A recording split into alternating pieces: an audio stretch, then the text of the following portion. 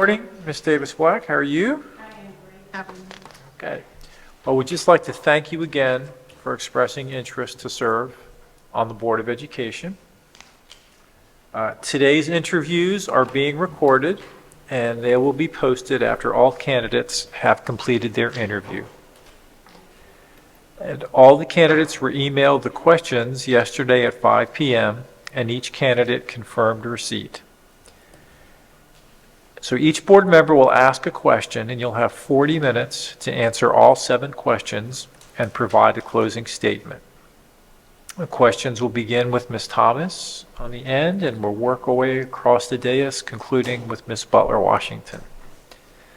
So please let us know when you're done answering a question, and then we'll move on to the next question. Okay. You may return to a question at the end if there's time remaining. The board will take notes and remain silent during the interview, so don't take it personally. We're just trying to keep the entire process as fair and equitable as possible. And I will give you a 5-minute warning on your time. After the interviews today, the board will confer, and when the board reaches a decision, all candidates will be notified. So for the record, could you please state your name and address? Yes, Sonja Davis-Black, 1009 Chathway, La Plata, Maryland. Okay, very good. Thank you so much. And your time will begin after Ms. Thomas reads the first question. Good morning. What is your understanding of the time commitment required for this position? My understanding of the time commitment for this position goes beyond the bi-monthly meetings with the Board of Education, consisting of the midday, the early evening, and events and appointments. The time commitment that I have reviewed through the posted schedules indicate this position probably would require about 20 hours a week. And with that, that would include researching any information that we receive from the board and following up on any new legislation that may come about so that I will be prepared. Thank you. Good morning. Why are you running for a seat on the Charles County Board of Education? Is there a particular issue or issues that has motivated you to serve in this capacity? Well, I'm running for this seat because after 20 years as a resident of Charles County and of La Plata. No, I don't think. Okay. Let's try.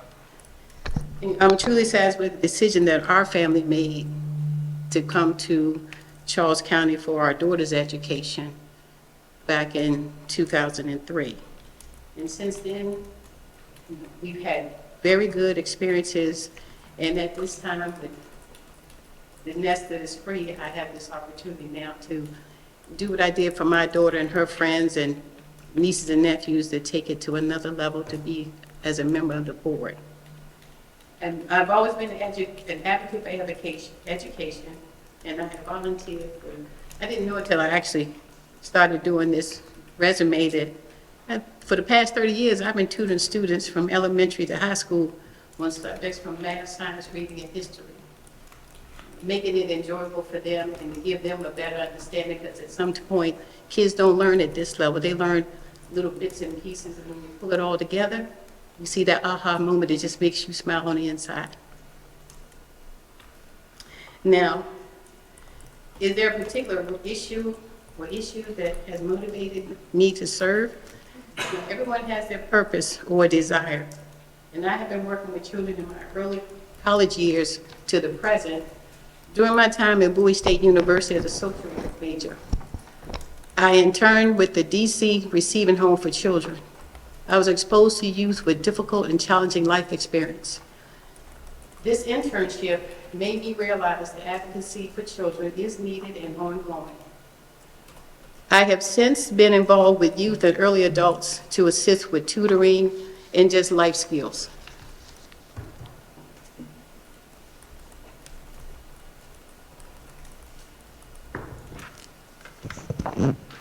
Hello again. What are your top 3 priorities for the school system? And how do you plan to advocate for those priorities if selected?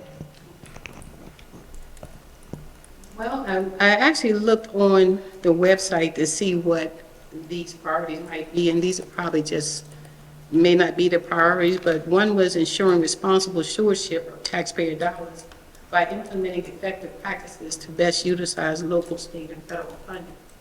I currently sit as a budget analyst, and prior experiences that I've had as a procurement specialist and a contract specialist, that totals about 30 years of my time with the federal government. And since then, even as an auditor, I'm always looking for the details and line items and having the questions of why is this, and just making sure that the numbers, you know, how you say with a bean counter, you're making sure the numbers balance. And even when I looked over the most recent budget, and I noticed that some of the priorities is going to be that early childhood education and the preschool information, and that's one of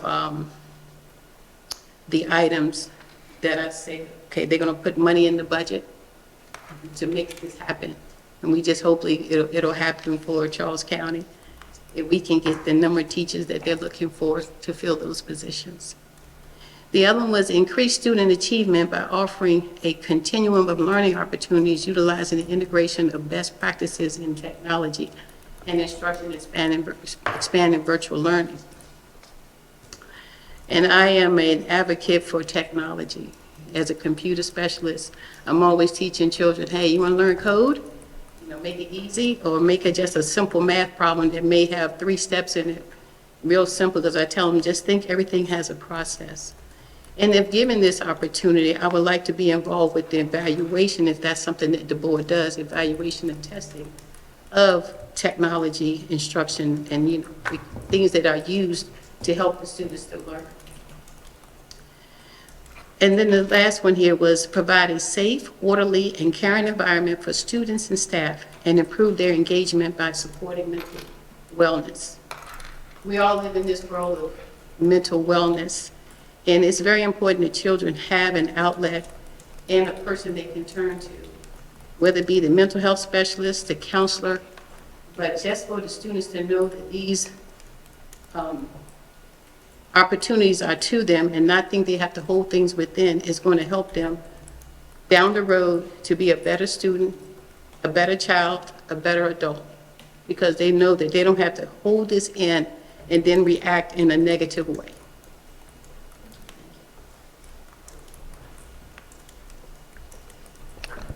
Good morning. Do you feel your views on public education align with members of District 1? I didn't have an opportunity to scan over everyone's profile because I wanted to be virgin to my decision on this.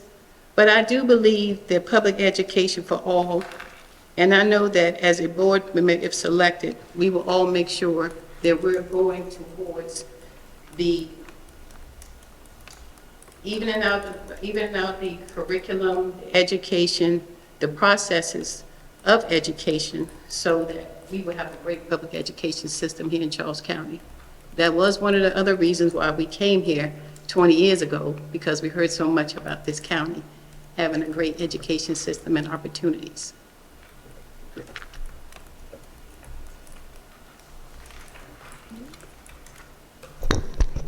Good morning. What is your understanding of the Blueprint for Maryland? Do you support its implementation? Which pillar do you believe is the most important, and why?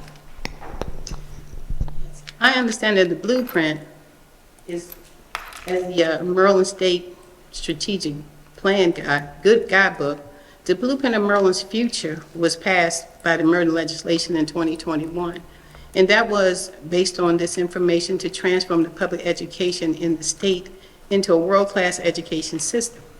The legislation presents a once-in-a-generation opportunity to fulfill the promise of an excellent and equitable education for all children in Maryland.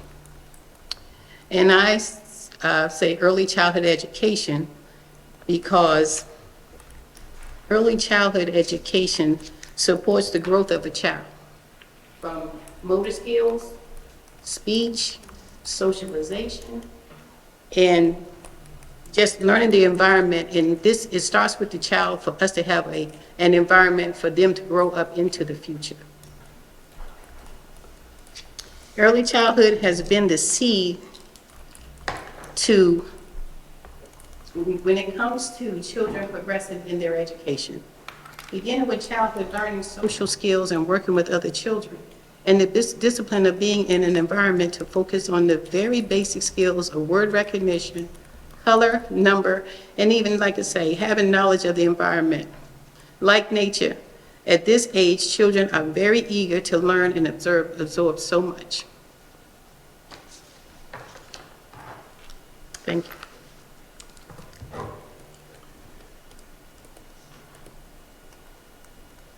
Be right there, I'm ready. Okay, I'm just making sure I hit my speaking points.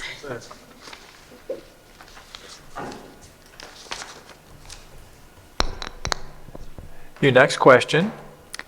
What are the roles of the elected board and the roles of the superintendent?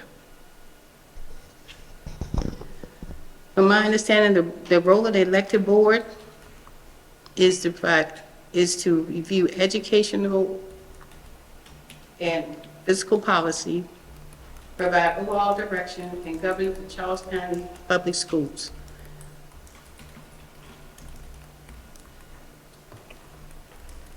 And for the superintendent manages the day-to-day operations here in Charles County.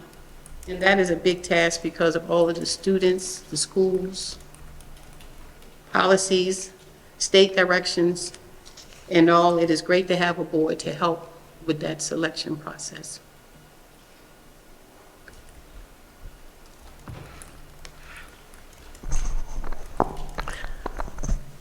Good morning. How have your unique strength, professional, and volunteering experience prepared you to serve on the CCPS board? I didn't write anything down because I figured that's something I can say without having to put on paper. Well, my strengths are, I have a passion for children, and I'm also very patient and understanding. I had an experience years ago with a student that I was tutoring. She sat, and we waited 20 minutes for her to finally put pen to paper on some math problems. And once she started, she realized this lady is not going to leave this table. Because I said, I got time. And then once she did that, she started doing her math problems. And before you know it, I didn't have to sit there and tell her, okay, I'm here to help. And the funniest part, I know it's probably outside of the conversation, but we did some math problems together, competed on time, went over the problems. I got one wrong. She was the happiest young lady in the room. She got from the table, she ran around the table. She got one wrong, she got one wrong. And she probably felt like, this woman is a robot. What? So I take the time to teach children how to learn to use the dictionary. Search for words. When they have their spelling words, I did it with our child when she was younger, but Saturday and Sunday, she knew that was a school day for 15 minutes. And for the dictionary, you get 5 words, with spelling words, with school spelling words. Alphabetize them. Now I need you to put them as a part of speech. Now I need the definitions. You're done. Sunday, write a sentence. Because she knew then all the parts of speech, how to construct the sentence. And this was all during these massage and informing years, so when she got to college, it was so easy, when she had to write papers. And her summers was reading. So I utilized the schools, the county libraries, saw what their reading list was, had her to read the book. And one of the things I take joy in, and I do not have a teacher's license, but I would have her to read a book. The first chapter would be a summation. The second chapter would be a small little cartoon strip. Then the third chapter or whatever, it wasn't too long, I would say, rewrite this as a play. I was showing her the different forms of communications and how to express yourself. And they all had to write a journal. I'm mad. Write that in a journal to get them to keep holding it within. So it was fun to see the comic strip, but it was just giving them ways of learning to study without sitting there You know, you got the kid that, it's 7 pages. Well, if you start, you'll be finished. So I love to do the different forms of media because I guess some of those kids, who knows where they are now, how they do on social media or working for a company, doing their web pages. But it was my way of introducing it without saying, this is important. Well, you might need this one day. And as it comes to my professional side and the volunteering experience, I guess that's still encompassing all of what I talked about. Professionally, I make sure that I work with people. If I'm working with adults and they're like, I don't get it, I'll sit there and say, okay, let's start from what you know. And then we go from there. So dealing with adults is a little difficult with kids because kids want to know. Sometimes adults say, but just tell me what it is. And I'm like, no, I'm going back to ask you. Tell me what you know. And then we go from there. And I love to volunteer, so I not only volunteer to do tutoring, but if someone has an event, and, well, can I come volunteer? Just so I can get exposure. And sometimes, like I said, empty nesters, you're like, you gotta find things to do. So I'll volunteer. Thank you. Thank you very much. So in the time you have left, if there's anything that you'd like to say, now is the time to do it. Well, with the, knowing the vision, reading over the vision of Charles County Schools to create that best environment where all students experience academic success, personal responsibilities are developed, and career readiness for the 21st century. We have to get our kids ready for any and all activities, incidents, and having the school system, one of the things is safety in the schools, having a good teacher base. You want teachers that are qualified. I see where you're giving training to the teachers so they will be qualified and they come in with book learning. But then when you go into a classroom environment where you have maybe 7 to 1, 12 to 1, 25 to 1, it's a whole different process to dealing with the children. And I enjoyed reading over what I read last night to sit there and say you have mentors for the teachers. You have, like I say, the educational training. You're trying to coordinate the school day with the calendars, reference time off so the teachers can have that work time, you know, in school work, professional days and things like that. Because one teacher might sit and go, I don't know what I'm doing, but maybe like a child, afraid to say it because I'm the teacher. And then when you realize everybody has their learning levels. And once we can all start understanding that, we can make this school, this Charles County is already a great place, but the 21st century and beyond, because here in this county, we are doing so much development, so many things that kids on a day-to-day basis can look and see. How to build a house, how they do the infrastructure for our drainage systems. There's ways kids will learn, but we also have to point it out to them. But this county is growing so much that this board is going to be very important to the number of students, parents, and companies that are coming here to Charles County. So overall, this board has a very, very important role in our county for our kids. And just to know also that we are like 50%, now I'm a budget person, 50% of the county's budget goes here to the Board of Education.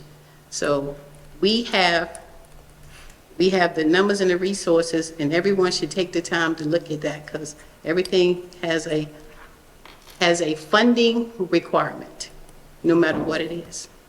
So that's what makes me excited about reading that. I'm reading that about our budget and all, but just knowing that we need the funds, we need to execute the funds, and then, you know, we have the state giving what they give, but just knowing that Charles County, almost 50% of the county budget is for education, which is wonderful. Thank you.